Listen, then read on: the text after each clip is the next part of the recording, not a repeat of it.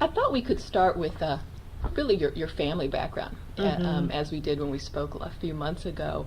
And if I'm right, I remember that you moved to Atlanta while you were still a baby, right. from Macon, Georgia. And what year did you move to Atlanta? 1911.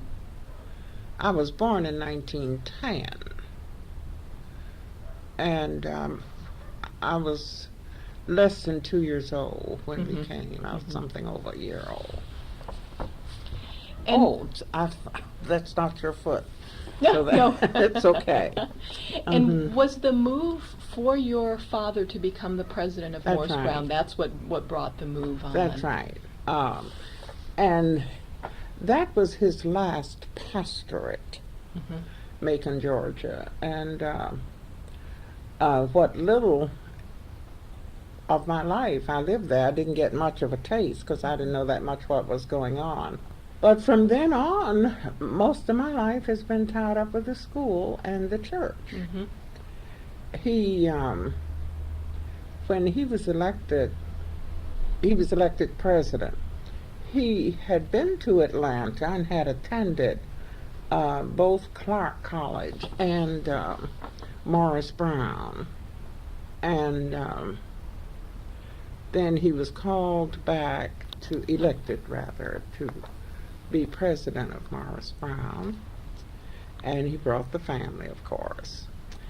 At that time, the school was located in Fourth Ward, at the corner of Boulevard and Houston Streets. And the family, we did not have a president's residence. We had an apartment in one of the buildings in the girls' dorm.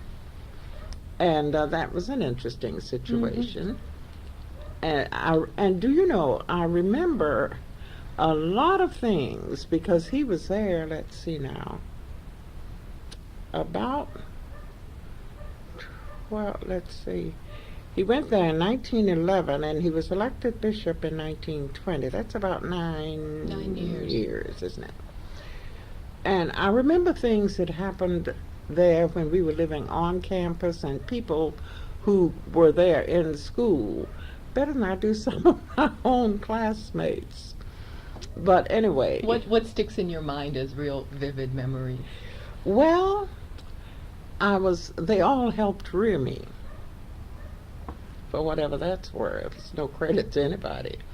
But, well, you know how it is when, and they were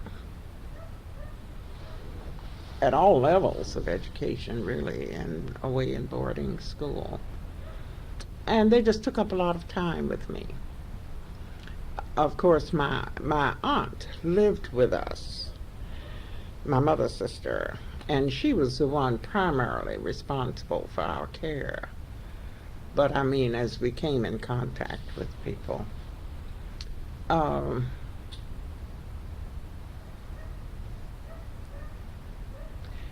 As I recall, my front yard was a campus. I played all over the place and there was always somebody around. And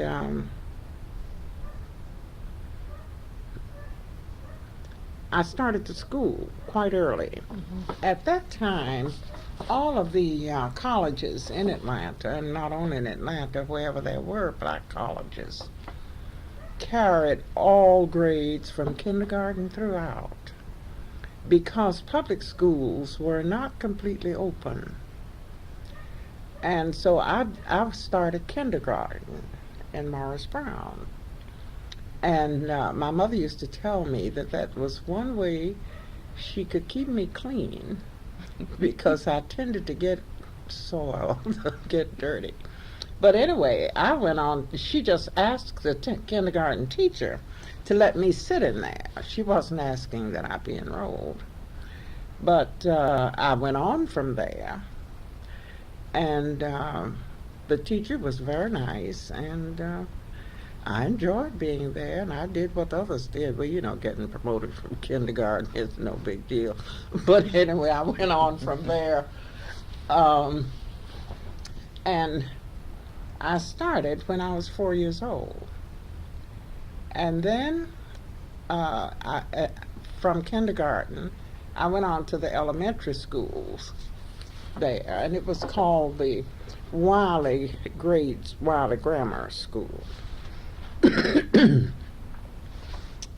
And when I got to the 4th grade, well, the developments were such that they were then sloughing off the earliest grades, and they were going to slough off through the 4th grade. What does sloughing off mean? Discontinue them. Would the children start going to public schools? Those were the developments that triggered that. Right. And all of the schools began then to kind of ease out of the lowest grades and move along. And so, well, my father was there, and we were all living there, and he wanted me to stay there. So I skipped the 4th grade and went on into the 5th grade. And then from the 5th grade, and by the time I got out of elementary school, ready for high school, the elementary school had almost disappeared. I don't know whether it was right at the same year or whatever, but I just know it wasn't long. I don't remember its being there much when I was in high school. I think it had just about got away. And I went on to high school. We were still, wait a minute, when did we, now I've got to do some date figuring. We went there, I don't remember, wait a minute, let me begin from another point. Sure. Suppose I began, I know that I finished high school, the academy it was called, in 1926. And whatever age I was then. So at age 16, would you have finished the academy at Morris Brown? That's right. And I finished college in 30. I remember that. Right. And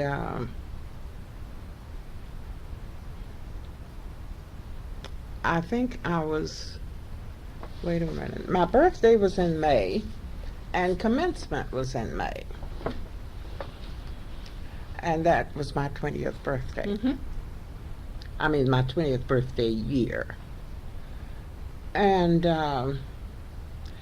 when I finished Morris Brown, I went to Northwestern. Right. And I was the 5th in my family to attend Northwestern. My father had gone there summers and for his graduate degree. And then followed my brother and my 2 older sisters. And I was the 5th one to go through. And I changed my major. I had majored in English and French. No, and I had a minor in sociology. And I was strongly attracted to sociology because I enjoyed working with people. When I got, and I was studying music too. And when I got to Northwestern, I had 2 majors, and I was registered in 2 schools, and they had difficulty finding me because you're not supposed to register in 2 schools. But I've since, as I looked back, I said, well, it was their own fault because they didn't pay that much attention to blacks. Of the, let's see, I think there were about, and if I've said this before, you stop me, there were about 15,000 students at Northwestern at that time. And in the Evanston campus and the downtown campus, there weren't more than 40, because we had organized a group. This is our only way we could communicate with each other, because 40 people can kind of get lost among 15,000. But anyway, I don't know how I got registered in 2 schools. I just thought it was all right to do it, and nobody stopped me. It was just one of those things. But anyway, so it took me 2 years by changing my major. And I went to education, and I was looking toward sociology anyway, and sociology also. So my majors at Northwestern were education and music and sociology. And I finished there in 32.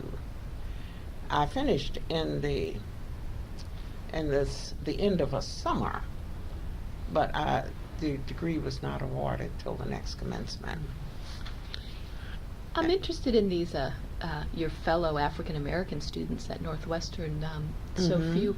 Where did they tend to come from? All over the country, north or south, or? Most of them came from the south. Mm-hmm. Most of them. When I was in school in Evanston, very few of the Evanstonians went to college. There was a wide gap between the Negro population, because that's what we were saying in them days, the Negro population and the whites. Evanston was a very rich suburb of Chicago. At least a third of the white population were millionaires and above. And the Negro population were mostly in the service jobs, in their homes or in the commercial buildings or in things like restaurants and caterers. Now there were 1 or 2 doctors. There were some professional people, but a small number of them. And in positions like the head of the YMCA and the YWCA and that kind of thing. And what others? And it was beginning to come alive, the opportunities were beginning to be made for Negro representation. And there was a young man there, Edward Jourdain, who was a Harvard graduate, but he lived there in Evanston, and he ran for the council and made it. So he was the first Negro member of the city council. And the man who was director of the YWCA, I see his face very plainly, but I can't call his name, had a very high profile politically too. And then there were some doctors, 2 or 3, and that was about it. And there were no accommodations for Negroes to live on campus at Northwestern. So we had to live out in the community, in homes. And it was a nice little walk to school, because that was the only way we could get there. I didn't have a car in school. But I went, and my legs could take it then. I couldn't do it now. But I had a very pleasant stay, because the people were so kind. And my brother had pastored the church there. So, and they knew our family. And they were just very nice to us because of him. So I had a good stay off the campus. But I never had I don't know, I'm not going to even say that. I forgot you were taping. I'll tell you that another time, or when that's off. All right. I would like to know a little bit more about, you alluded to a association or group that you and the other African American students and let me see, formed. what was it called? I'm at the stage of life now where things get on my tongue and I can't get them off. It'll come to me, I hope. I just can't tell you right now. Or just then describe what it was. It was a social club. And it was our way of bonding over distance. And those who lived in Chicago would regularly come out. Oh, gee, I almost said it. Would regularly come out for meetings, and it was purely a social thing. But it gave us another dimension to our school life. And I joined a sorority that was in Chicago, and that was another place where my peculiar registration in Northwestern. You see, I had finished college before I went to Northwestern, and but I joined an undergraduate chapter of the sorority, and then transferred to the graduate chapter. Honestly, how did that come about? Well, they, you see, when I went to Northwestern and changed my major, that meant I had one foot in the undergraduate level. Frankly, I preferred to go into the undergraduate level because I knew more people in that. And there was something in the sorority that I had to go in the undergraduate because I was registered in both undergraduate and graduate school. I guess that's how I really got lost and was able to do it. But anyway, I joined I was initiated into the sorority as an undergraduate, but then I transferred, and the next year I was in the graduate chapter. Do you recall the name of the sorority? Yeah, oh yes. This Alpha Kappa Alpha. It was the first Negro sorority. It was organized at Howard University in 1908. And it's many members, and it's a large number of people right here in town. I was thinking this is that you Right. still belong to the group Oh in yes, town. Right. and at one time I was the regional director of this region. That was after I finished and had come back home. But sororities and fraternities, but it's more sororities than fraternities, among Negroes, among blacks as we say now, are not purely social affairs. We do a lot of community organization and service work. For instance, our chapter, Kappa Omega chapter here in Atlanta, has just purchased a building that we're using as a community center over off Cascade near the Pipes Nursery over there. It was formerly a skating rink, and we just moved into it this year. But we're kind of getting into the community, and the kids are coming there in the afternoon, and they enjoy it because now the atmosphere is just fine for them, the skating rink atmosphere. Right. But we've got to do something about it too, for the kinds of other things we want to do. But And was the sorority, when you were belonging years ago in Chicago, Evanston, doing the same kinds of Oh, yes. activities? What were some of the yes. community service work that went on back then? scholarships for students in schools, and charitable kinds of things for people who lived in projects. And it was, and we used to do, this was a national project, so all of the chapters did it. We had what was called, oh dear, I can't think of it, but I'll tell you what it was involved in.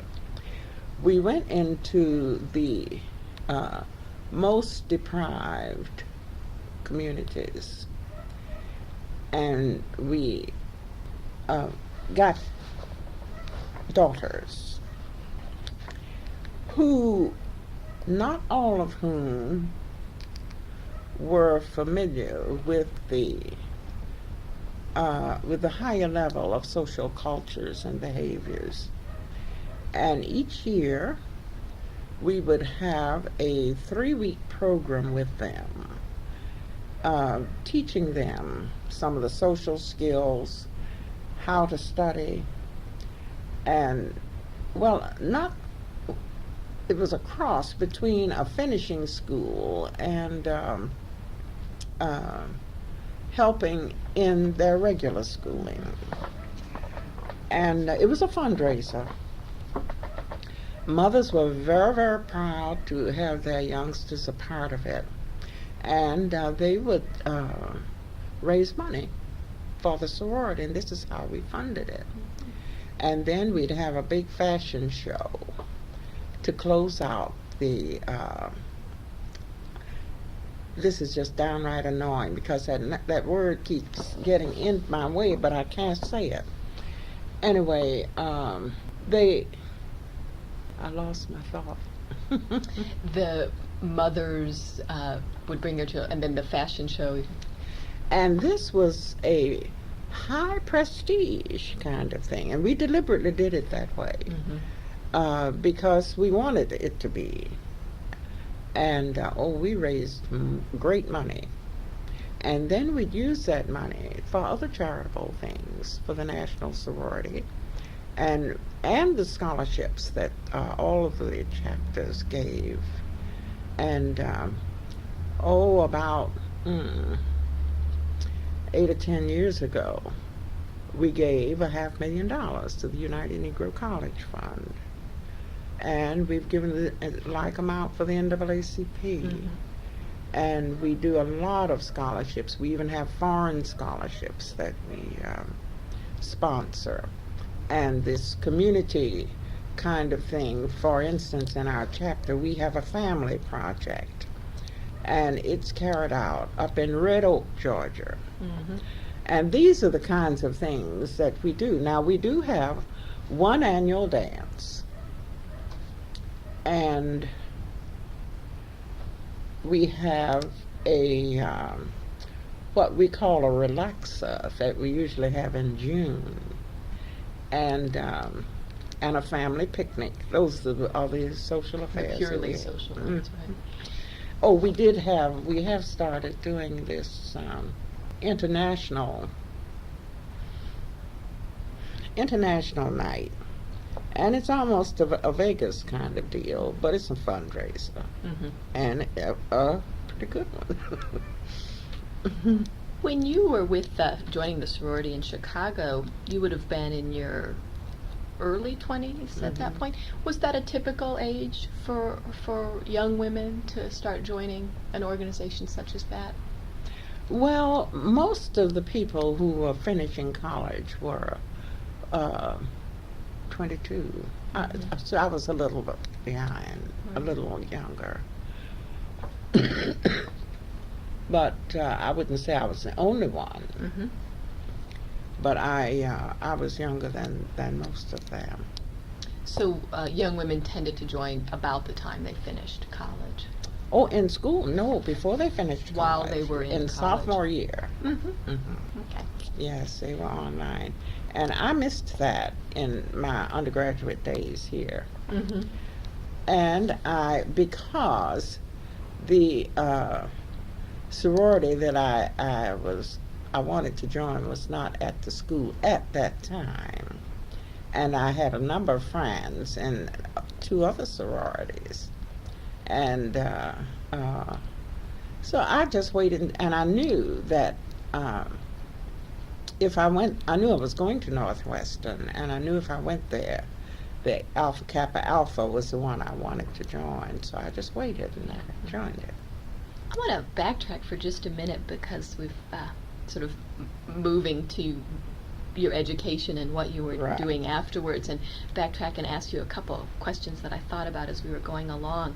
One goes way back, knowing about the work that your father did as a college president and a bishop. I wondered about your mother. Was she, did she work at all? Was she involved in organizational activities that were important to her? She worked with my father. Mm-hmm. He took her everywhere she went, everywhere, oh, just about, not everything. Mm-hmm. But she was his secretary, Mm. and he wanted it that way. And she was out of the home a great deal, and that's when her sister, of course, was there at the time, and she took care of us. And my father's youngest sister grew up in our home, well, lived in our home too. You see, he was the oldest of 18, so he could have been our father. But anyway, between the two of them, we were pretty well cared for, and we didn't get many notions. He was a pretty strict so-and-so, but we loved him. Did your mother do any of the women's auxiliary activities in the church and that sort of thing, or was what she was doing more closely tied to your father's actual activities? In our church, the bishops' wives are usually supervisors of the missionary Mm-hmm. activities or programs in the districts to which they are assigned. And my mother did this. And then for a long while, she was treasurer of the Connectional Missionary Society for 16 years, really. And she got to be, the ministers loved her. She was Mother Fountain, and some of them even called her Sweetheart, because that's what they called each other. And so whenever things got too heavy for the ministers, especially the young ones, and they wanted to get to my father, they'd get to Sweetheart, Ma Fountain. She was just that way, and she had almost all the students on the campus. She was Mother Fountain, and she traveled with him. Now, when he went to his work in his first district, South America and the Isles of the Sea, she did not go. My brother went with him, but all the other places, she was right there by his side, and that's the way he wanted it, so she went. Sounds somewhat similar to what I've heard about Sadie Mays, how closely she was tied into the work that Right. Dr. Mays was doing. Right. But she enjoyed it. She really liked it. And she worked with all the missionary societies in addition to being with him, because when he was holding conferences, she wasn't doing any kind of officiating. She was just serving as his secretary, and it was not nearly as complicated then as it is now. Mm-hmm. So that was her role. And she did do work in the community to some degree. It wasn't easy for her to get closely allied with too many things locally, because she was in and out of town so much. But she did do church work and missionary work at the local level. Mm-hmm. And so I finished Northwestern. Then I came home. And while I was at Northwestern, I met my husband, but I didn't marry him then. And I came home and I taught here for 2 or 3 years. So starting in 1932. It may have been 33. Okay.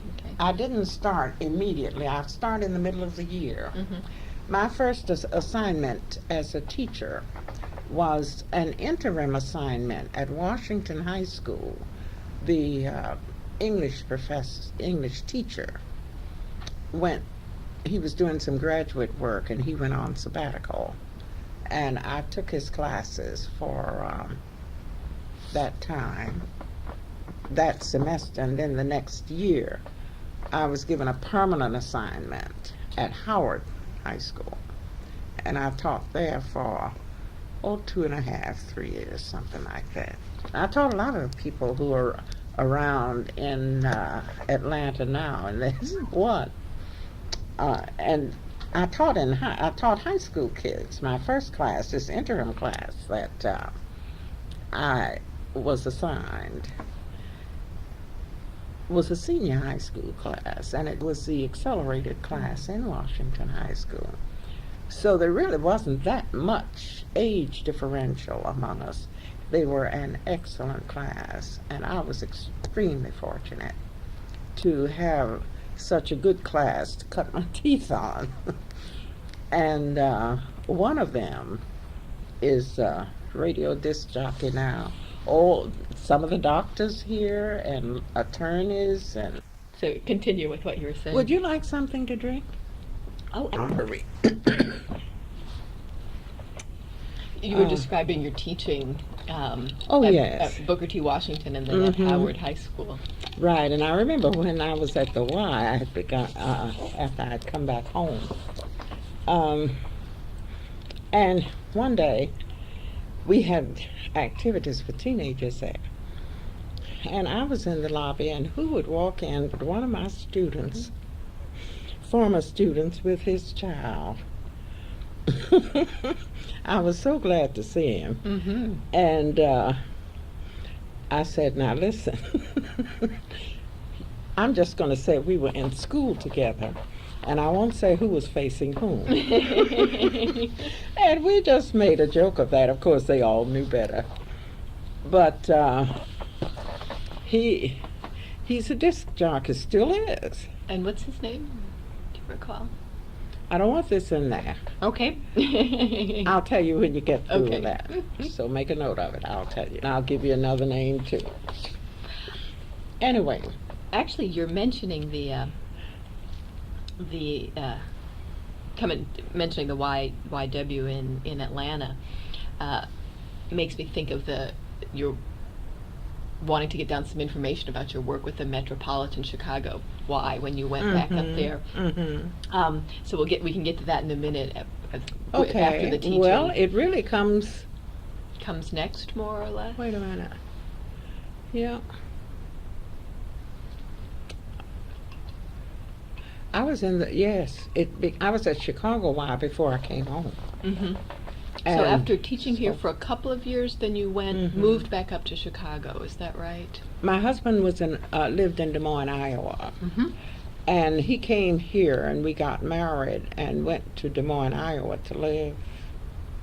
And that's how I came to be in Iowa. And that was during the Depression. And I was looking for work. I needed to look for work. And I did go to Cedar Rapids, Iowa, and worked in the community house there. They'd never had a Negro on staff, and I went. And there were not many Negroes there, less than 1,000 really. And it was a very enriching experience, not always pleasant, but always beneficial. Mm-hmm. What did the community house do?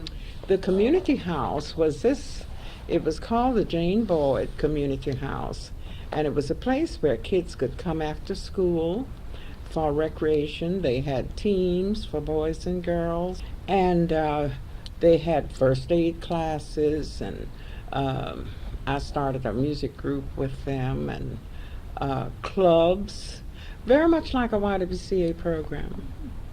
And just depending upon what the community, and they had things for the older women and the parents, everybody, the whole works. And And there wasn't a YW in Cedar Rapids at the time. no, So it was doing the Y, there was a Y in Des Moines, but not in Cedar Rapids. And but I left Cedar Rapids to come to Chicago because the person who was director of the Y in Des Moines when I was living there was a good friend of mine. She went to the Chicago Y, and when she left, she put my name in the hopper, and I think she was on a part-time job, so I went into the YWCA as director of business and professional women. This was just the name of a department. And there was there was a department for industrial girls, and one for business and professional women, and one for Y-teens and so forth, and one for adults. And I was on, that's how I got there.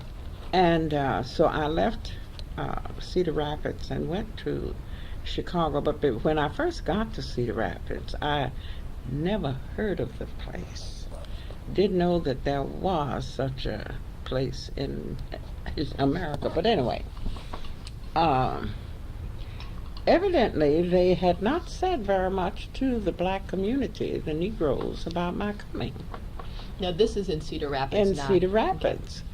And the people at the house were most cordial. I had a very warm reception, but not from the Negro community. They didn't know what was going on with this critter there. And so I just sort of played by ear. And then one of my first activities was to do a survey of the Negroes in the community, so I would know the kinds of things to establish. And this is how I got acquainted with them. I made all the visits myself, and I got to know them, and they got to see me as a person. And things the ice began to break. And when they found out that this would in no way hamper their activities and their opportunities at the community house, but rather extend them, because I worked with both groups, that was all right. And I had a very, very pleasant experience there. And they tried to get me to come back after I'd been in Chicago for a while. Every year they wanted, "Aren't you ready to come back?" But I didn't think that was wise. I didn't want to go back. So I went on. I stayed in Chicago. And that was for a total of 11 years, Yes, is that right? that's correct. One of the things that I'd be interested in is, first actually just a very basic question, was the Y in Chicago as segregated at that time as Southern Ys were? So was there, for example, a black branch, a Phillis Wheatley branch that was in many ways autonomous from the Central Y? Pretty much. I didn't see much difference. They were moving, and the YWCA, I give them credit for this. They were moving and were really in the vanguard of integrating their facilities. They were the first agency to serve Negroes in their cafeterias, for instance, and they took a lot of heat for that. And they began having dual representation on their committees and things of this sort. So they paid their dues. When did they start this during your tenure? Oh yes. Because then it would have been Yes. earlier than they started similar Oh things in the yes, they South. had they were already, yes, it was. And they were already in the midst of this before I got there. And after I had been there, I don't remember how many years, but anyway, I had been at the Phillis Wheatley branch, And then we had what was called the Metropolitan pattern of organization, in that there was several branches all around, but there was a metropolitan structure coordinating these. And they were located in the building on Monroe Street, 59 Monroe Street, right across from Carson Pierce Scott. Anyway, there was a vacancy in the position of the Metropolitan Director of Business and Professional Women, and it was Director of Education Workshops. And no, wait a minute, which one did I do first? I'm not sure, but I'll try to look it up before you go. I think I stayed at the branch about 5 years. And I don't know whether I went to become director of the education workshops first, and then I also served as interim Metropolitan Director for a while, and several people wanted me to go into that position. But frankly, the Metropolitan executive was just very frank and honest to tell me that she just didn't think they could take that step then. That they couldn't be that integrated that high up in the That's staff. right. They were afraid that it would, they couldn't overcome the financial losses that it would incur. And so, but I stayed there. I don't know whether I was there when this happened or whether I went there after, but I'll find that out. But then I was made director of the education workshops, which was really the largest program that in the Business and Professional Women's Department. And it was a fund-producing program. And they didn't have too many Negroes in it, and they had never had a Negro director, so I went in, I kind of broke ground there, and had a wonderful experience. What kind of workshops would you put on? Classes. What would be some examples?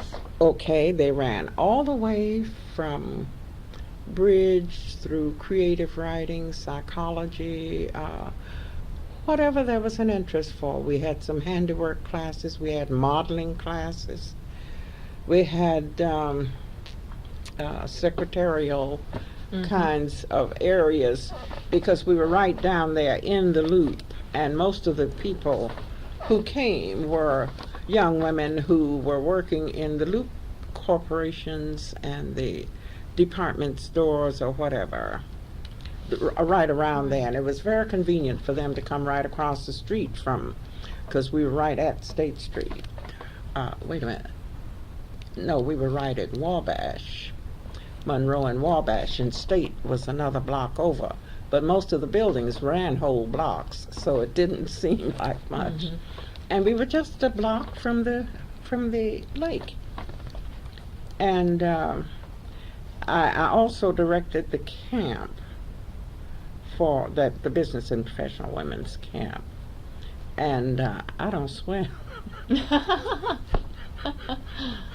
We had so much fun. But they were so good to me. I don't swim, and I can't take the sun. And still, they put you in this position. It was so funny. The first season, I didn't get out to the beach until Labor Day. Did anybody think this was strange that this person... Well, they knew it. I just could, and I can't do much yard work. I just can't take this direct sun. And they made such a to-do of getting me down to the beach. They came up to the building where I was, and they had all these umbrellas, and they just made a big joke of it. But I did get to the beach, but I was not in the sun, and we had a lot of fun down there. But anyway, while I was in that position, I served as secretary for the adult education, Metropolitan Adult Education Group. And it was during that time that they became a part of the national, wait a minute, I think the National Adult Education organization was organized right there in Chicago. Yes, it was organized in Chicago because they took the initiative in getting it started. And we were very fortunately located for leadership. And the faculty members from University of Chicago were most generous about coming out, doing classes, and this was almost volunteer. We paid them, but it wasn't anything to what they were worth. But they were just glad to do it, you know. And we worked very closely with the YMCA. Malcolm Knowles was director of the YMCA at that time, and I was director of YW. And we got to be very good friends. And he wrote this book on adult education. He remained in it and is now in South Carolina doing something or other, but we had a very good relationship with the whole group. And I was secretary for that group. It seems like there was, during this period, because now we're more or less in the mid-40s, a lot of interest in adult education in a lot of different organizations and fields. I even, if I'm remembering correctly, think that the Atlanta Urban League during this time was working on some adult education kinds of projects. Did you perceive that this was sort of a national movement and that there were many people interested in this issue at the time? Well, there were a lot of such programs over the country, and they felt the need for some kind of linkage. And they talked about having this adult education national organization, and it was organized right there in Chicago. So this was not just a YW or even a Y movement thing. This went well beyond that. Oh, right. It had YWYM, and almost any other organization that sponsored this kind of program could join, and they did. And the organizing activities, I remember we just had a percolator there for coffee that we made right there in the room, and it was just very, very informal and a lot of fun. Where did, after it got organized, where did the national organization take off to from that point? Let me see if I can remember. Because I left not I was long thinking this after was that. about the time. I don't know whether Chicago was the original seat of the national office. I want to say it was, but I'm not sure of that. And I don't know where it is, because I left soon after that and came home so I could complete my divorce. And I went into the YWCA here, and we did not have such a program. They did have at downtown at Central, but we did not have at Phillis Wheatley, where I was. And we had some classes, but they were nothing like as formal or as varied or as many as the ones where I left. We had a minimum of 30 classes every term, and they were very well attended. Excuse me. One thing that I'd be interested in a little bit more information on, and this might be the time, or maybe once we've gotten into talking about your experience at the Phillis Wheatley YW here in Atlanta, but would be more discussion of comparisons between the northern and the southern Y movement. But you might fit that in where it seems appropriate, either talk some about the Atlanta Y or address it now. Well, I can tell you about my interview for the position here at the Atlanta Y. I was at home. Let me just interrupt and say, we should probably say, I just want to be sure that I remember this correctly. You came back to Atlanta in about 1950 or 51. 51 or 2. Okay, and then it was in 53 that you became the executive director of the Phillis Wheatley Y. That's right. Okay, then continue with what you were saying. Okay. I remember that I was called over to the building for this interview, and Mrs. McKay Taylor was the president of the Y at that time, and Mrs. Duskin was the executive director. And Mrs. Taylor had her own notions about the shape and tempo of this integration animal. And she was a very forthright woman, very influential. She worked at Georgia Power Company, and in addition to her job, she was politically connected with all of the women's groups in Atlanta and Georgia. So she was a very forceful kind of woman. And she was asking me questions and trying to see where I would land in this integration situation. And I just talked very frankly to her. But I could tell that she didn't want to go that fast. But I didn't react. And she let me know that she didn't want to go that fast. And I just didn't say much of anything, because she had a right to her opinion and I had a right to mine. But anyway, everybody thought, oh, Miss Taylor would never, ever do so and so and so. Mrs. Duskin was much more amenable, and we got to be very good friends. And Mrs. Taylor turned out to be our best friend at Phillis Wheatley. It was through her when we used to have to send everything down to their building before we could feel and get their approval for this, that, and the other. It was just a nuisance. I mean, it was unnecessary because we had very good help there, people who could do it as well or better. And of course, it did not get priority attention down there. And sometimes we'd be hanging out, waiting on it to come. Oh, it was a mess. So anyway, we started watching very carefully and planning our strategies and how we were going to do. But and we did some things because, frankly, we had better help than they did. Mm-hmm. Why was that? I don't know. I think it was probably because they didn't care. The people who were doing the computing and looking at and so forth, they just weren't as careful. It didn't mean as much to them, our records, as the records for Central did. So we began pointing out errors. Mm-hmm.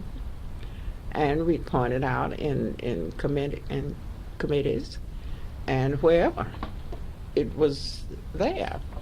So it wasn't anything that we did, and they got embarrassed. And then we requested that we do our own bookkeeping, and they consented. And what year was that they consented? Oh gosh. or Let me was see. it in the 50s? Some after you'd been here a few years. Probably in the late 50s. Probably after about 4 or 5 years. Okay, so then. And frankly, we got 57 or closer 50. together. We got closer together, and Ms. Duskin and I remained very close friends until her death. And Mrs. Taylor and I did too, until her death. I'd be interested in a little bit more information on these conversations and negotiations that you were having with her. These things can often be so happen on so many different levels, but you were saying she did not want That's things right. to go as quickly. Were That's there right. particular issues of concern to her? How did she phrase and register her desire to go less slowly than you wanted to go? She asked me about the swimming pool. That was a real sticking point, yeah. Mhm. Because the Chicago pool had been integrated for Yes. some time. Yes. Right. And she asked me what did I think about their opening the pool or something. It was a leading question. And I just said, well, I was sure it would come. And that's when she got as red as this tablecloth because she was sure it wouldn't go. But we didn't have any haggling about it. And frankly, it didn't make that much difference to me because I didn't see the need of trying to develop any kind of false pretenses. And the way I was looking at it was if I was being considered for the job, they ought to know what they were getting. Mm-hmm. And I ought to know what was being got. And so that was the point of view I was coming from. But anyway, I did get it. And we had a very successful tenure there. And I went from there to EOA. Right. I actually have some more things about the YW. Were you able to draw on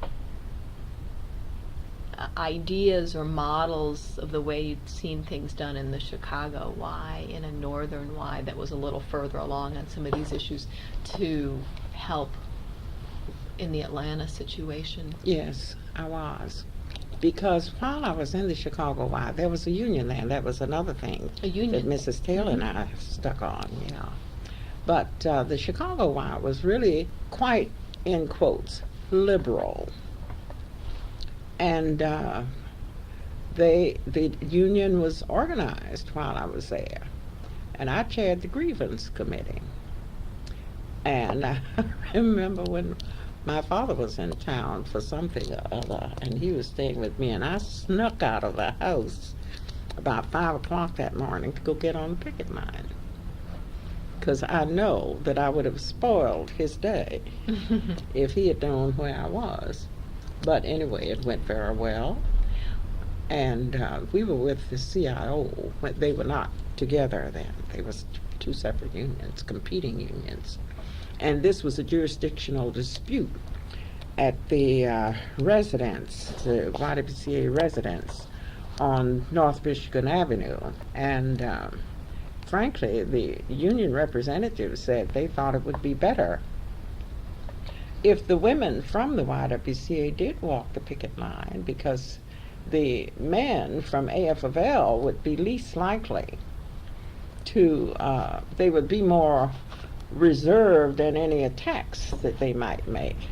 So we walked in with some trembling steps, you can believe, but nothing happened. Nothing happened.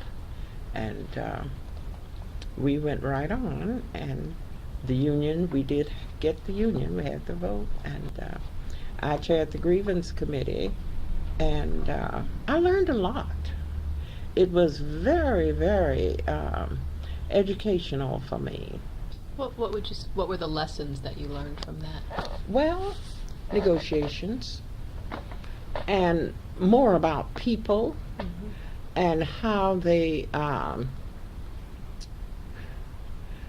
how the negotiations, and I don't mean necessarily just across the table but the things they'll do to get in positions of control. And there was a woman there, Helen Vandiver, who her husband was a professor at University of Chicago. She was director of public affairs at the YWCA, and a brilliant woman. Oh, I loved her. She was so brilliant, and everybody loved her, but she knew how to handle them. And they would not let her join the union. They didn't want her on the other side of them. But she had friends. And we met after hours and all kinds of things. I learned a lot of strategies and stuff. But it was fun. I enjoyed it. Was this a union to represent women who worked for the Y? Exactly. Employees. So there were enough employees to form their own local? Was that the case? How many women We were had- employed by the Y during this time? would you say? I would say around 100. Mhm. In the headquarters downtown. Then there was South Parkway, there was a West Side branch. There was this this home on North Michigan Avenue. And was that all? It's all that I can recall at this moment anyway. But there were about 100, at least 100 of us, as I recall. And all the way up the YW workforce, for lack of a better word, but was the executive director of the Metropolitan Chicago Y in favor of there being a union for the workers? No. There was a very interesting situation there. You see, the YWCA was accustomed to advocating for unions, Right. but they'd had no direct contact. When they, both unions, AFL and CIO, were trying to organize the YWCA, there was a striking difference in their approach. The AFL men would come in their business suits. They'd look like corporate managers and so forth, and would just flatter the ladies and make them feel good. Oh, and they thought they were such nice men. But we knew that they were the most vicious. The CIO men were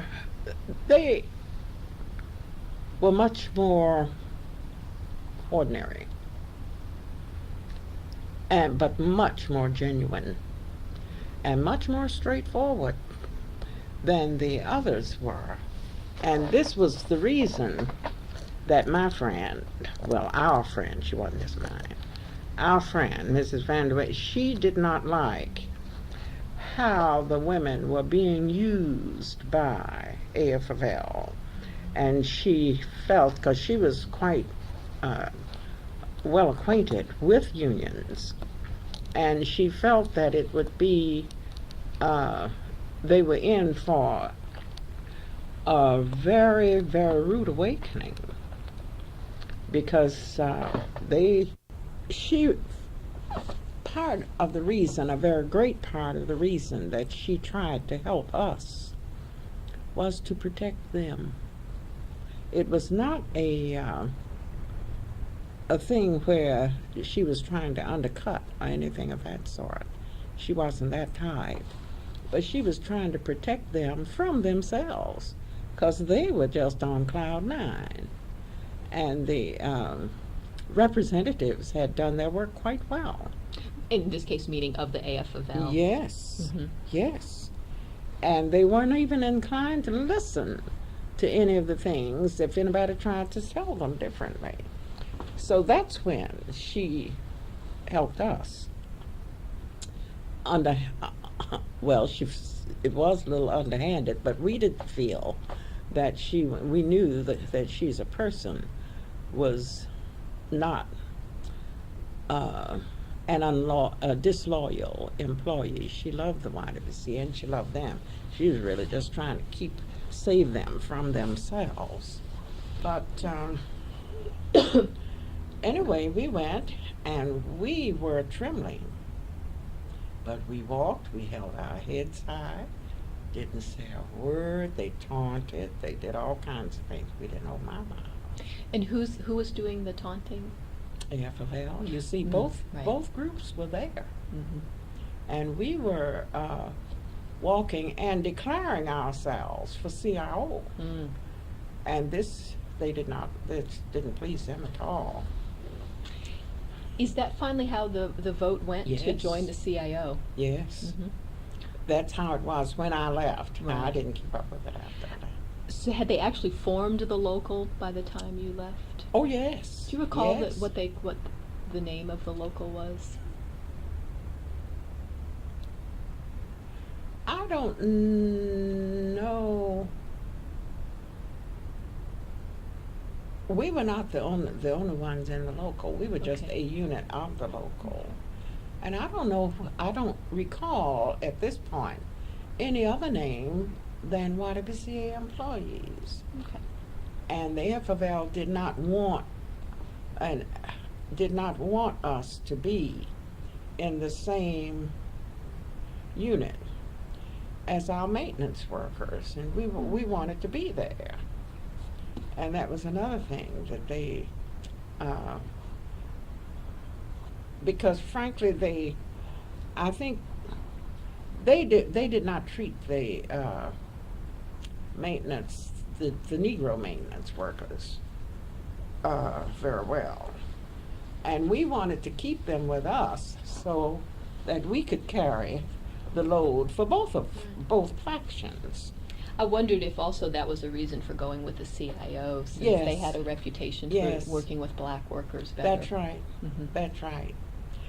And they really brought up this communist issue too, and that was heavy because we weren't communists. We weren't thinking about being communists, but that was one of the things that was used in fighting the CIO nationally, not just in Chicago. But they tried to do all kinds of things to discourage us and make us come into the AFL rather than the CIO. Mhm. But and the ladies really did begin to see the ugliness that the AFL people were capable of. And they've kind of fell in line. They didn't like that communist smear though, because YWCA was not anywhere near communistic. No, not at all. I'm going to have you describe again, because I'm not quite sure I followed it.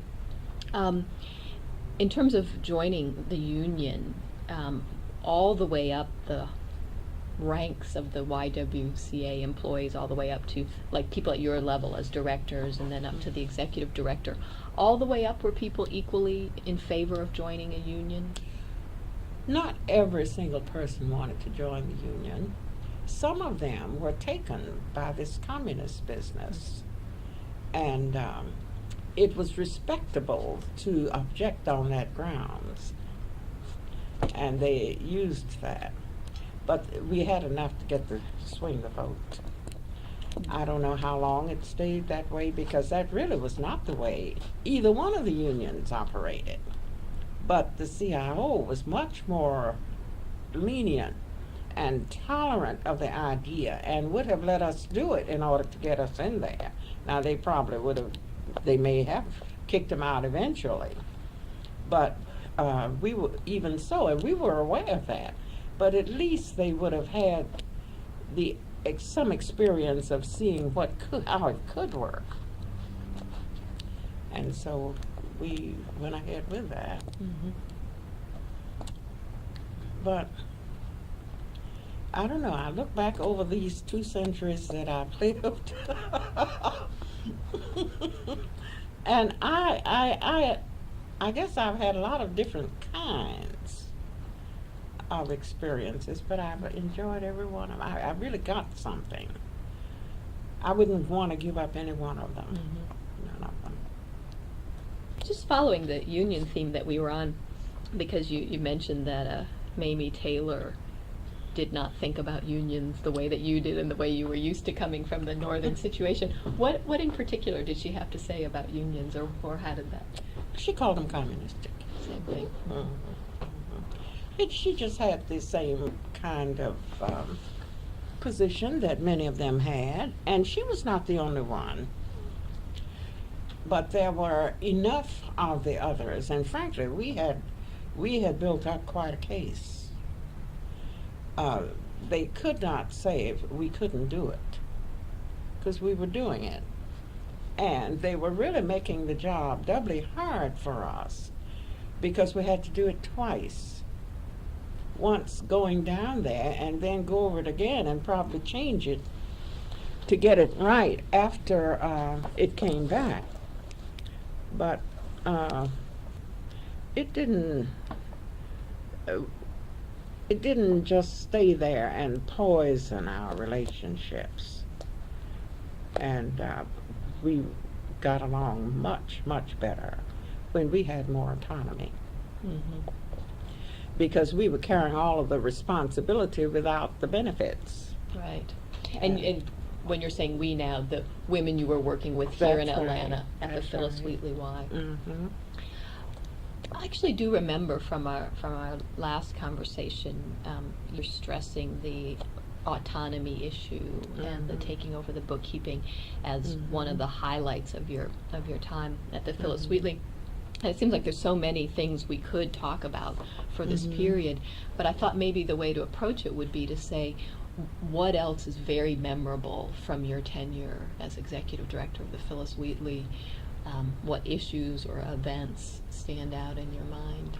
Well, I think some of the things that, the word benchmarks comes to mind.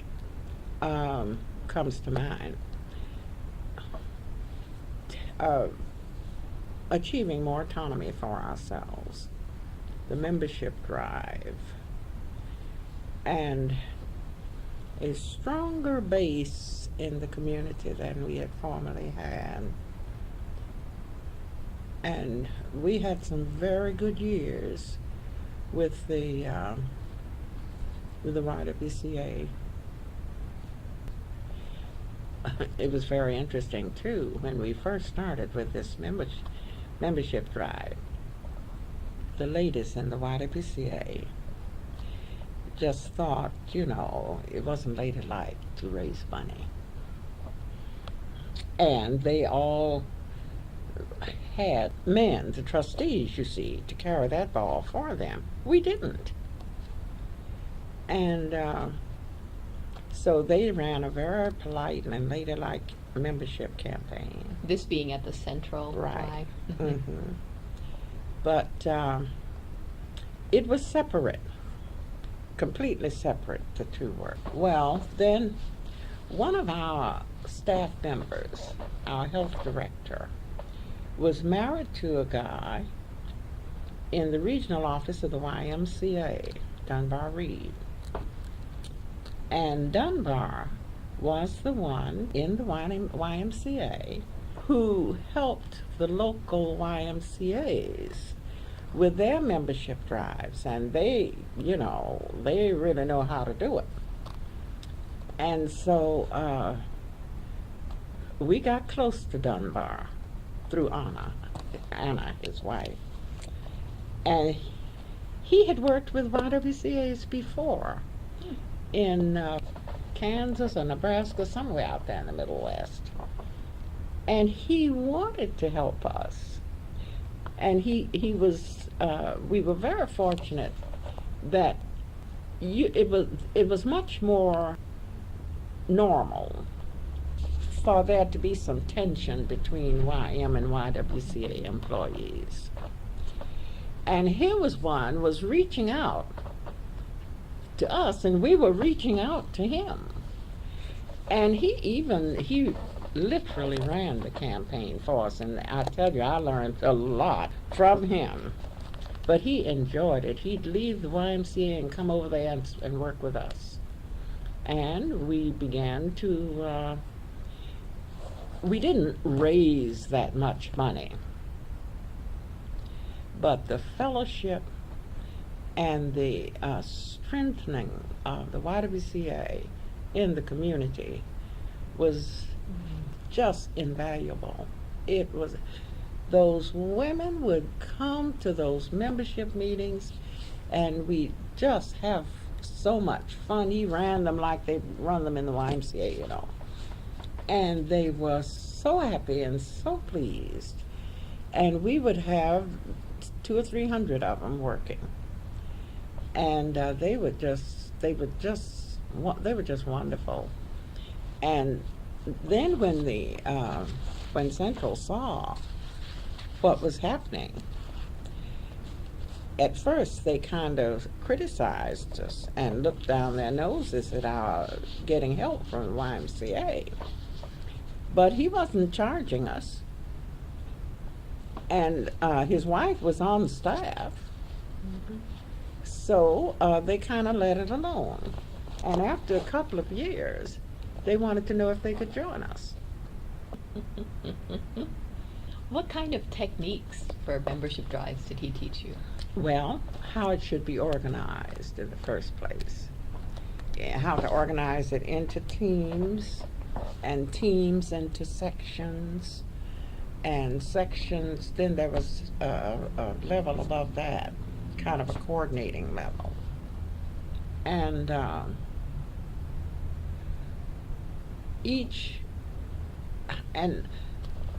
I think each captain had 5 workers. They were in small clusters, little groups, and they reported every week.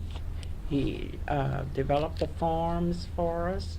He was just our campaign director, and I'd work with him as he was saying what he was going to do, and that's how I learned.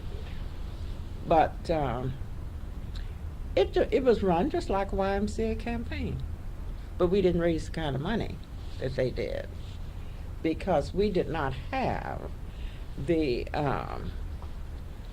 pockets of the Atlanta YWCA at our disposal. But we did organize a men's group, a businessmen's group, and we would just have a dinner at one of their homes. We used Russell's home, H.J. Russell's home, a lot for that. And they were very supportive, very supportive. Was the men's group largely for fundraising? Yes. That was its purpose? That was its only purpose. Right. And well, we would ask them for life memberships, which at that time were just $300, and larger amounts of money than the regular memberships. And I don't know if you've heard the name of Reverend Dr. Harry V. Richardson. Mm-hmm. You have heard? Mm-hmm. His wife was chair of our Committee on Administration, and so we worked very closely together. And he was a man with a delightful sense of humor. And so during her administration, when we were having this dinner and he was a part of it and all, he paid his life membership. And he did for 2 or 3 years. And then when I went back to him again, he said, "Now, Sue,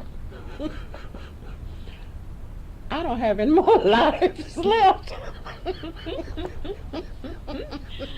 Did he tell you he wasn't a cat, that this was it? Oh, we laughed. I had so much fun over that. But anyway, he continued to support us. And Dr. Mays was one of our good supporters, too. Before I forget, what was Dr. Richardson's wife's name? Selma W. Richardson. He was Harry V. Right. Mhm.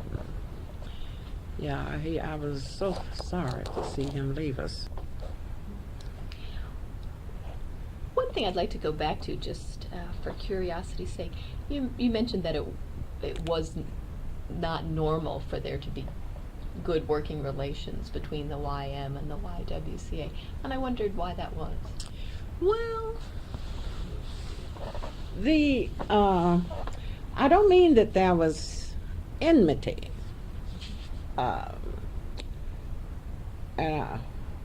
Is there such a word as enmity? I don't know why I said that.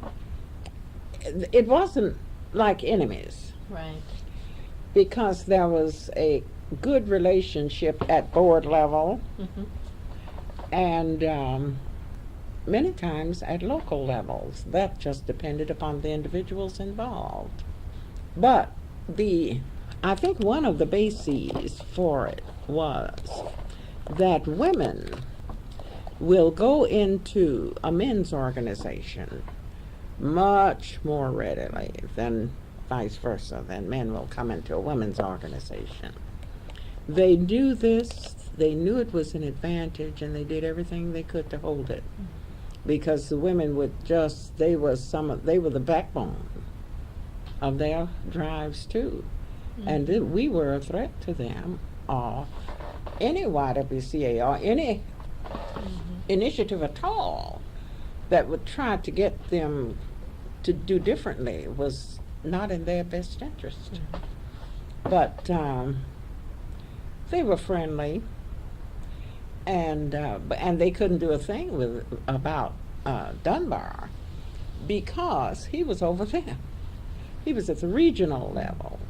They were local, and it was, I guess, just kind of human beings. We don't behave well all the time. Well, actually, I was thinking about an interview I conducted a while ago with Lottie Watkins. She's quite active in aiding the YMCA. Very. Oh, yes. Were any patterns in the choices that women might make? What kinds of women might be more interested in working for the YW or the YM? Or was it purely a personal thing on every level? Excuse me. Women just prefer to be with men much more so than men would prefer to be with a women's group, and I've said that before. Was it a prestige thing, do you think? That was a part of it, yes. Because they had been doing this much longer than we had. In fact, we had just had a kind of kid glove membership drive, and they had been in that field a long time. And the men were the ones who held the purse strings. Even men who gave to the YWCA wouldn't give the YWCA the amount they give to the YWCA. I mean, to the YM. I'm saying it wrong, yes. Right. That's right. And the same thing is true with Boy and Girl Scouts. And, yeah, those two. Now, the Boys Club and Girls Club organization, they work more closely as one organization than others that I'm familiar with. Who were some, you mentioned Dr. Richardson and his wife, who were other large contributors to the YW, or the Phillis Wheatley YW? I was trying to think, we had doctors. Gosh, I haven't thought about this in a long time.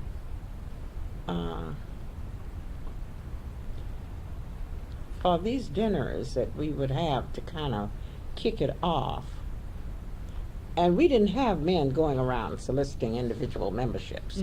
The organization that where we included them was just at that top, and a kind of one event type thing.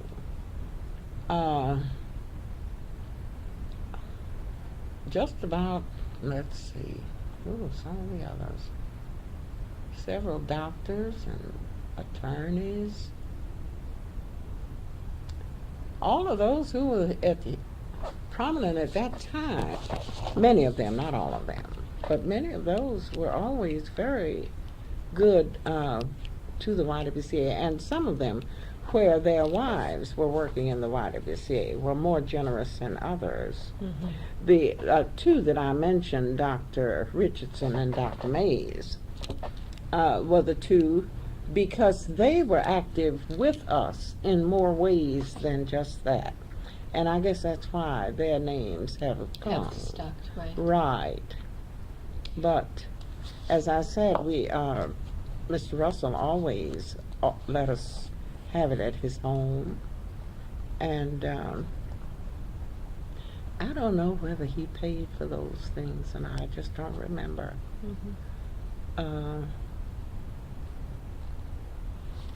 The other thing that I'd like to follow up on a bit is your comment that during your tenure as executive director, that one of the highlights for you was building a stronger base to the community. And I wondered if you'd give some examples of how that happened. Through the membership drive was a major one. And we had good staff, very good staff. And they worked well with the people. For instance, the YTeen director. Now, we did our YTeen program came through the schools primarily, but she kept a close individual touch with the girls.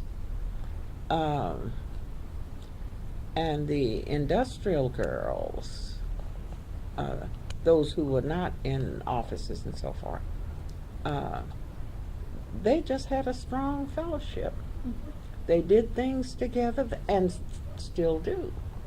You talked to Edith Hambrick, and she was working with them at one time. And when we were together recently, she was saying how they had called to invite her. They were having some kind of dinner, a group like they've been carrying it on all these years. But I don't know, I think it was just kind of personal contact. And getting the women involved, and frankly, having them really carry responsibility, because those who were working were not just window dressing. They worked and they liked it because they were doing it voluntarily. So this isn't the staff, this is the volunteers that the staff brought in. That's right, and they worked beautifully with them. And we just, well, we try to work individually, because one thing about working with people, you can't work with all of them the same way. You really have to differentiate, and at the same time, you have to avoid alienation of anything. But let me see what else. Then we would have annual events like the Harvest Tea. It got to be kind of a traditional thing, and it was a fundraiser, and it was a very beautiful affair. Each club or unit, organizational unit, would have a table, and I got this idea from Chicago, where the Provident Hospital Auxiliary used to do it there every year, and they just raised gobs of money. But anyway, each would have a table, and they would decorate it very beautifully. We'd have it in our gym downstairs and just kind of build it up into kind of a gala. And the group that brought in the largest amount of money would receive an award, and everybody, you know. One thing I learned about working with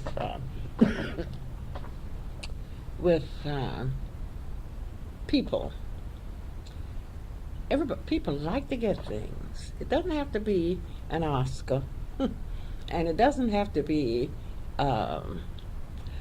something that is very expensive and all of that, but it's the personal recognition that gets them. And we did an awful lot of that, a whole lot of that. And when we go around then to visit people, we'd see these little things that they'd got from the YWCA on their coffee tables, prominently displayed or whatever, and it was very reassuring, really, to know that it meant that. Would you like some more? Actually, I'm just fine. Thanks for asking. This isn't a thing but fruit juices. It's delicious. It's lemonade and pineapple juice, and cranberry juice, and apple juice. So it's healthy. I used to drink a lot of soft drinks, and I don't do it anymore. Much better for you. We're talking a little bit about the relationship between the Phillis, Wheatley, and the Central Y before, and a little bit about the your efforts to push a little bit on the Mhm. on the integration issue. The first thing that actually integrated, if I remember right, or the way that I'm thinking about it, was that they opened the Y cafeteria downtown, and it was actually Mhm. later that they opened the pool, or Mhm. desegregated Yes. the pool. But I wondered in general if you had some comments and thoughts on the how the desegregation proceeded and the impact on the Phillis Wheatley Y and the staff there. I can't say too much about it after I left. Which was in 65. 65. Mhm. I got caught up in EOA. And frankly, the first years that I was away from the Y, I deliberately stayed away because I did not want to get involved in any of the management type things, because I had had freedom to make my own mistakes, and I just didn't want to be the one to get in anybody else's way. And when I first left, some of the umbilical cords were not easily broken, but I just wouldn't join. I just completely left the YWCA, and it isn't because of any change of feeling on my part, but I just had my plate was full. It was running over, and I didn't have any time left over. And time went by, and I just drifted away. But I have drawn heavily upon my experiences at the Y. They were extremely helpful to me. Well, actually, then this seems like a good time then to go into your EOA work.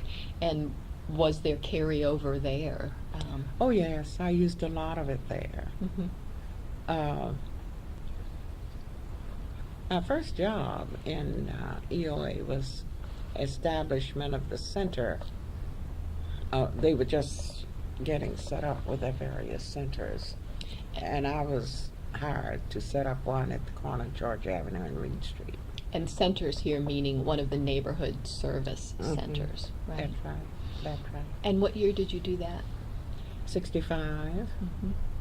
I left the YWCA in 1 December. I don't remember the exact calendar date, but it was a Friday, and I reported to EOA on Monday. It was just that way. Were you recruited for that position, or how did it come that you moved? I was recruited. I knew some of the people who were in there, but the person who really recruited me wasn't even in EOA, but he was working with them. And who was that? Well, Bob Thompson was one. He had been a very good friend to the YWCA all throughout. He was a good supporter of ours, and he was working with as a volunteer with this new critter that was coming into being on the block. And he was a federal employee too, and it was federally financed. He worked with the Urban League, and at that time I believe Grace Hamilton was over the Urban League. And so when the EOA was becoming established, it contacted various agencies with which it would be working. Anyway, I told him that I might be, and I was kind of intrigued with the focus of EOA.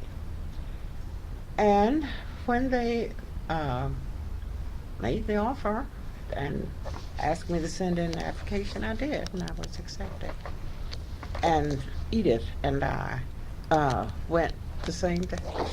I think she had just gone a few days before I did, but we started, and she was over the social services in the center that we were trying to establish.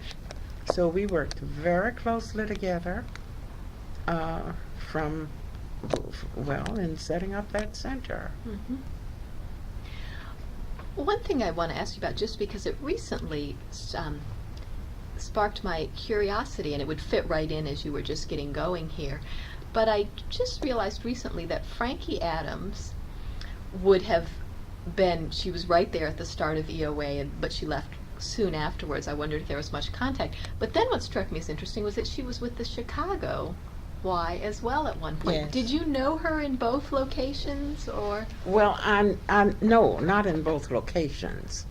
But she also used to live the second door from where I lived. Here in Atlanta? Yes. Mhm. Mm-hmm.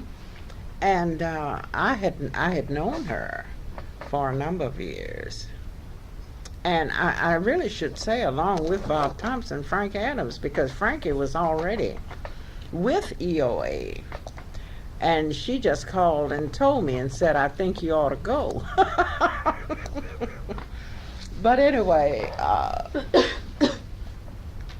and she probably, as I think about it, she probably had more influence on my going than did Thompson. Mhm. You mentioned that certain things about EOA, as you heard about it, intrigued you. Yes. And I wondered what you saw as the opportunities there when you were starting. I think EOA really broke ground in getting the spotlight on the poor, because they were so terribly disadvantaged and easily overlooked, had been overlooked. And they are still not a popular part of the American culture. And it just did what I thought needed, its goals were the things that I thought needed to be achieved. And my working with EOA really confirmed that. We never did a good job of selling it. There was a great deal of animosity and bad feeling about EOA's coming in. Here was this federal agency coming on the social scene, new kid on the block, and they had all this money. And this did not sit well with some of the social agencies, because the social work is not known for its high salaries. And there was a lot of animosity that had to be overcome there because of that. Meaning that EOA people were going to be paid higher salaries? Yes, they didn't want to cooperate, and they didn't know how we, I guess, were going to react to them, and whether or not we would be a threat or a partner or what. And we just had to live through that. I actually was able to read a study that was done by a team of researchers from Emory on the EOA. The study was written in 1969, and according to the people who conducted the study, there was a big difference on this particular question, interaction with local agencies, as well as other questions, between the tenure of the first executive director of EOA and the second one as well. So I'd be interested in knowing, posing the question to you, did relationships with local agencies change over time, and was it for the better or for the worse? I think it did. We did arrive at a compatible living arrangement, because conditions in the general social work community began to improve. EOA's money, salaries, had a positive impact on that. And as that happened, people kind of relaxed a little more. They didn't feel as threatened by EOA's being there. And we had good cooperation from them, because the services, we were not able to offer, to set up all of those services. We used existing services, and they were just as essential to us as we were to them. So a partnership did eventuate out of the two being in the same field. But it was a little rough at first. And frankly, I could understand their feeling about it because they didn't really know. And everything that EOA did, it paid top dollar for it. Now, as the years went on, there was a lot of criticism about all this money and all. But let me tell you, the business community did fine. They did extremely well, because we were looking for buildings for our centers, and there were a lot of them around that were really just white elephants on their hands that we took and renovated and paid top dollar for them. So they were not, they benefited, I think, as much or more than the people. The corporate community, the businesses, insurance companies, and banks, and let's see what else. I'm thinking about all the Realtors? yes, oh, yes indeed, yes indeed. They did fine.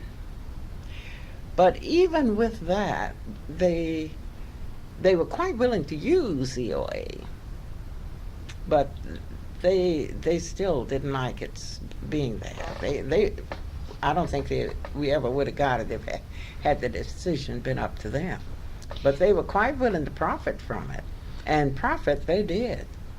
Well, how would you describe the particular nature of their objections? You were just saying they didn't like it. I think it's the same thing we see in America generally. America doesn't like poor folks. It does not. There are different standards in almost every single angle of life where poor people are concerned. And when I say that, I mean not only Negroes, but they don't want their own poor. Because that was another thing that I found out, that poor whites had the same problems as Negroes did. And they got along well together. And I remember, I'm terrible about names. But anyway, we were having a meeting over at the Price Neighborhood Service Center. And we had these community groups that were really sort of semi, well, I don't want to say boards, but they were kind of the administering community units for the centers. And who walked in but the head of the Ku Klux Klan? Ku Klux Klan. Oh, are you referring to Calvin Craig? None of them.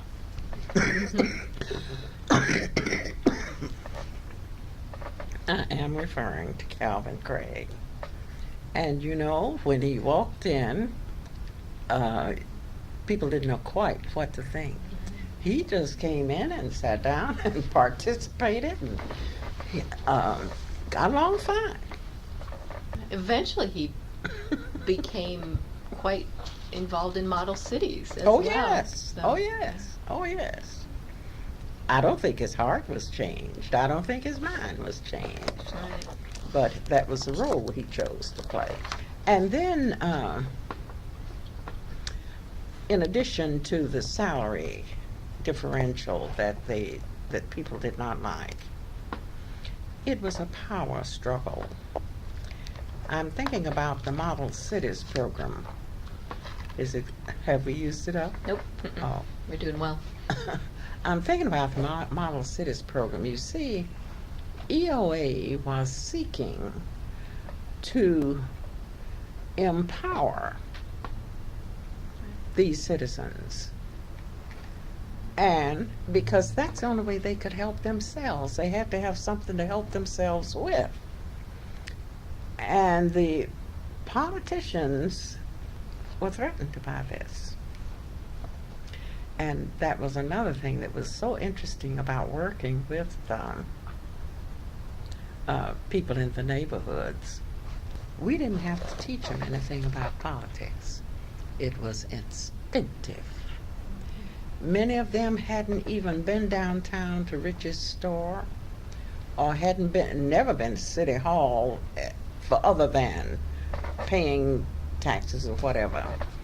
And we had them going into various offices for improvement of services and all of this, and that made them uncomfortable. But I tell you, we created some monsters. But anyway, they had it coming. What would be an example of a monster? Some of them out-politicked the politicians. Oh, dear. They got power hungry for additional reasons than just services. And I guess this is human nature. But, power begets power. And when you've been powerless that long, and then you get a glimpse of a little bit, that's not enough. It creates its own hunger. And we saw that. And some of them did it quite well, to their own advantage, that is.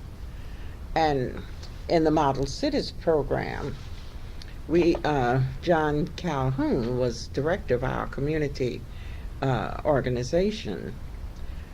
And the center where I was located was in the Model Cities area. So we were wondering how we would get leadership out of that group of people. And John Calhoun was an excellent community organizer, and he knew Atlanta because he'd been doing it for so long. But anyway, we hit upon the idea of a mass convention. And we set up this mass convention and held it in a school. And when I think we worked with the city on it, but I think the city was convinced at that mass convention on that Sunday afternoon that they didn't want these citizens floating around divorced from the city, knowing what they were learning and seeing what they were seeing. What month and year was this?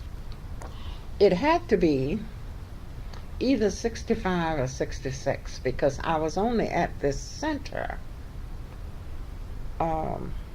not quite a year. Mm-hmm. And I think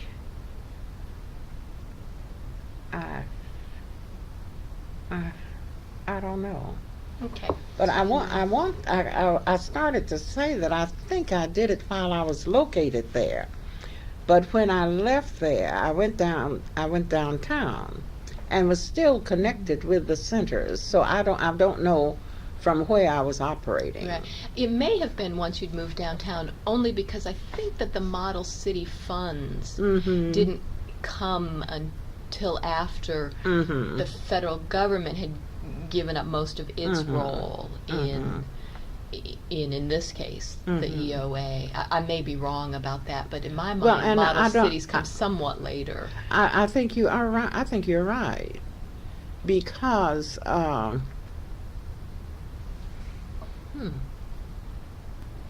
when I left the center on George Avenue, I ended up being over all the centers. Right. And I may have been from that point of view, and I think you are right, because as I said, I wasn't there a year, and it didn't happen that quickly. Just while we are still talking about that first year when you were at the Summec Center, right? Were you there in the year that not everyone calls it a riot, but some people do? That's when I went, in the midst of it. That's when you my became office the was the director? operating headquarters for it.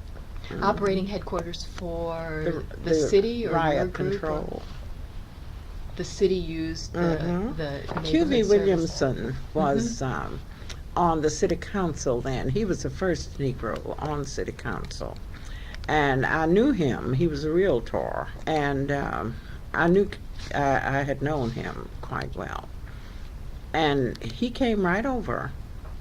And he set up his command post or whatever in my office. And that was an interesting but very tense.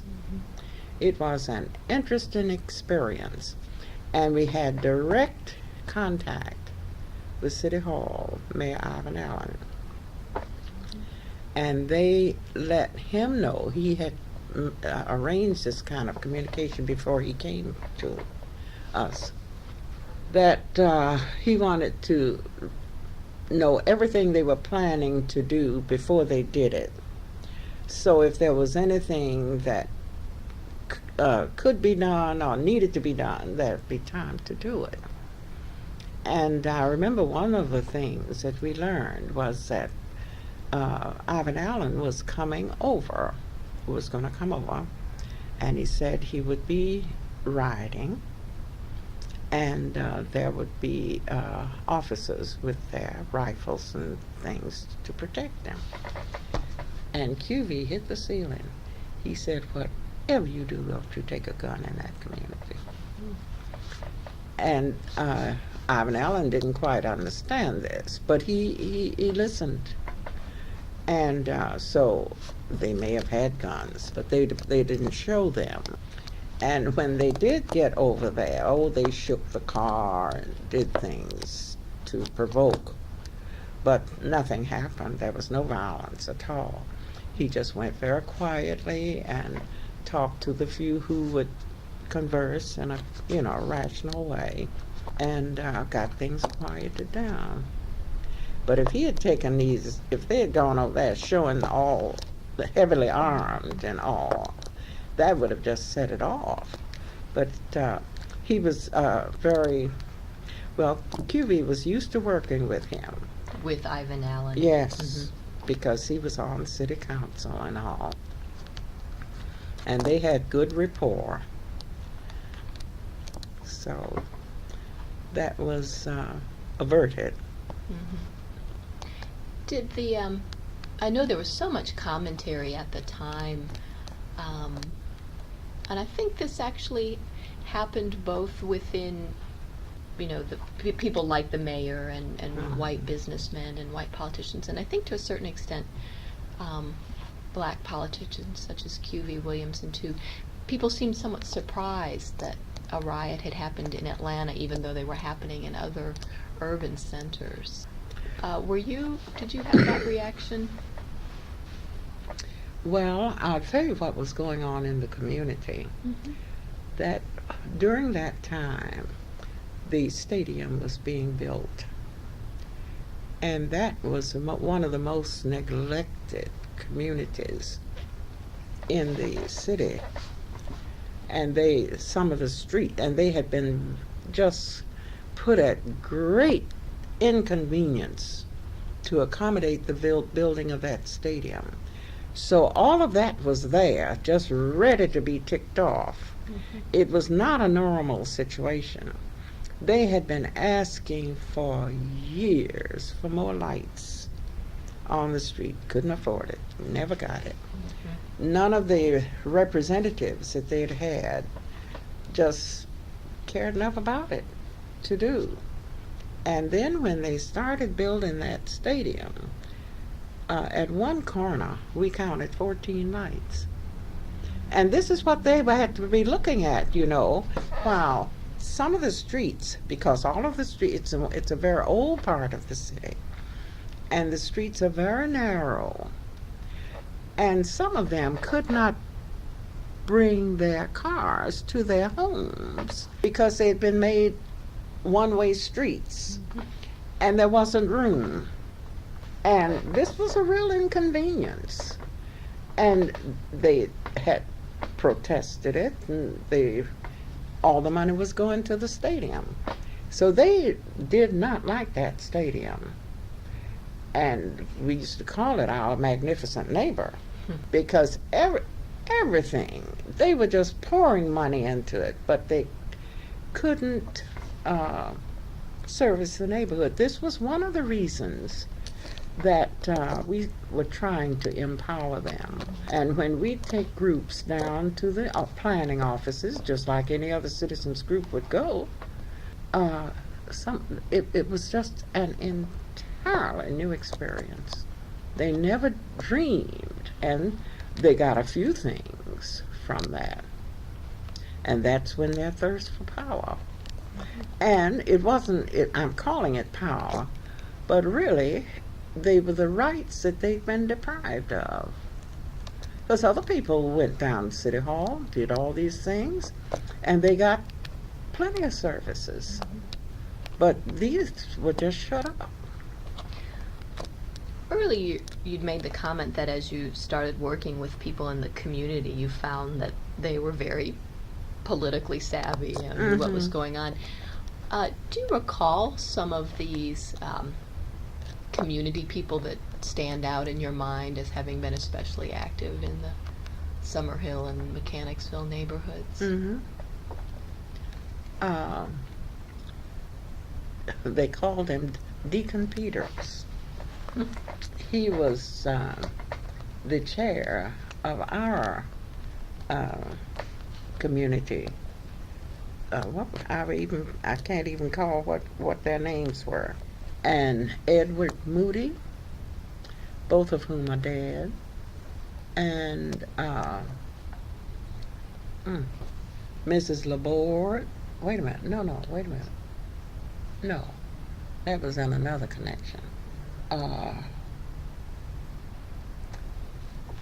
Mr. Ezard, he got elected to either the state, it was in one of the legislative houses. And, oh dear, Mrs. Harp, was her name Harper? I don't know. But now, if Edith were here, she would remember even many more of them. I can find out. But it's been a long time.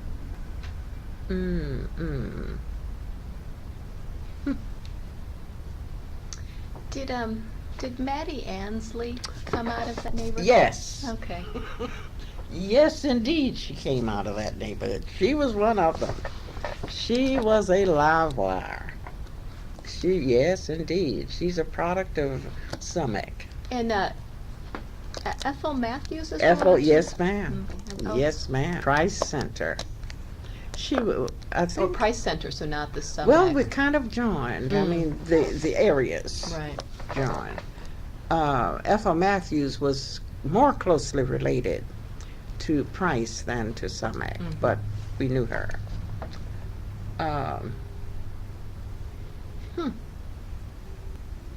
I see faces and I can't call their names, but I can get them. Yeah, I was just curious. I mean, this is plenty. Yeah. Oh dear. We can also add them to the list. Later on. Edith could help me with that. She would know. Well, I think I might have mentioned that I had a very nice conversation with her over the phone. She told me. And at the end, I asked her if, I wanted some follow-up contact, if I might be able to give her a call. And we should probably even think about interviewing her for this project. So I can keep that, that in mind as well. Okay. I'm just realizing that we have probably, maybe about 5 more minutes left. And so I was thinking that maybe we've covered a lot of your EOA Mhm. career, but maybe I should ask fewer questions now and just let you, describe the rest of your career at EOA and the highlights that you think we should have on record. Well, when I left SUMAC, what did I do?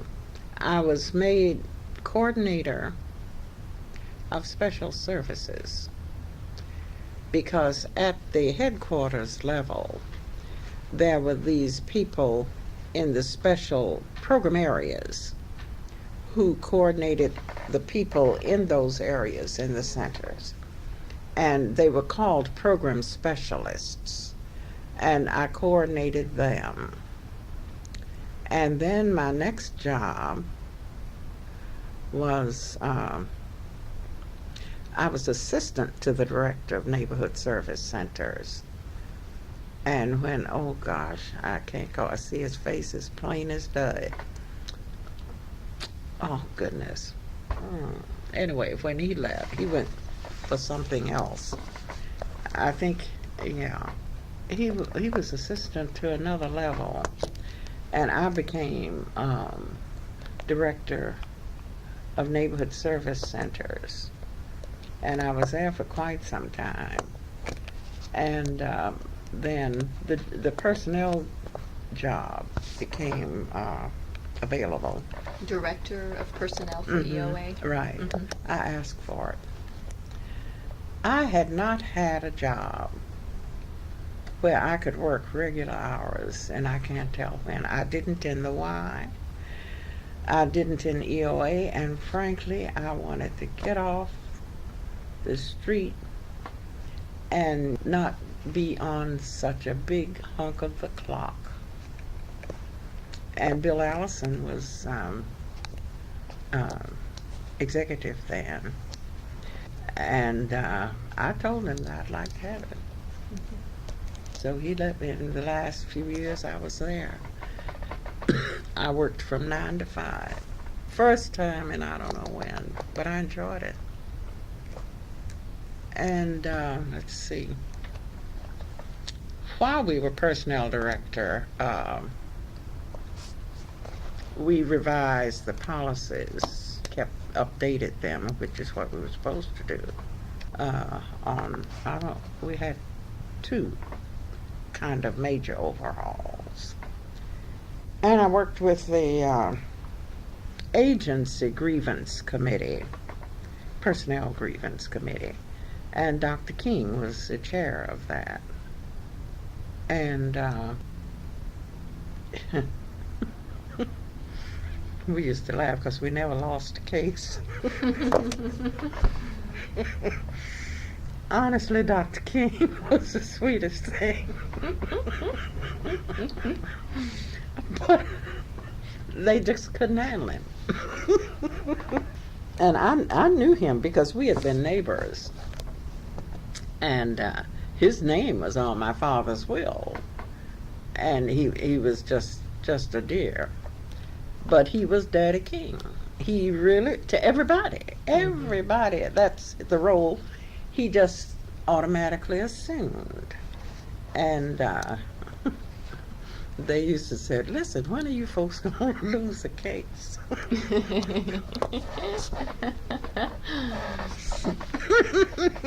But we never did. And he was just as fair, and I would have to do all the, work and prepare the cases and such. But he would find a way. He was an astute politician. And by the time he said, now listen, darling, didn't you do so and so and so? Now how would you like for so and so? We just sit there and look at him. He was something, and people were happy. He really was something.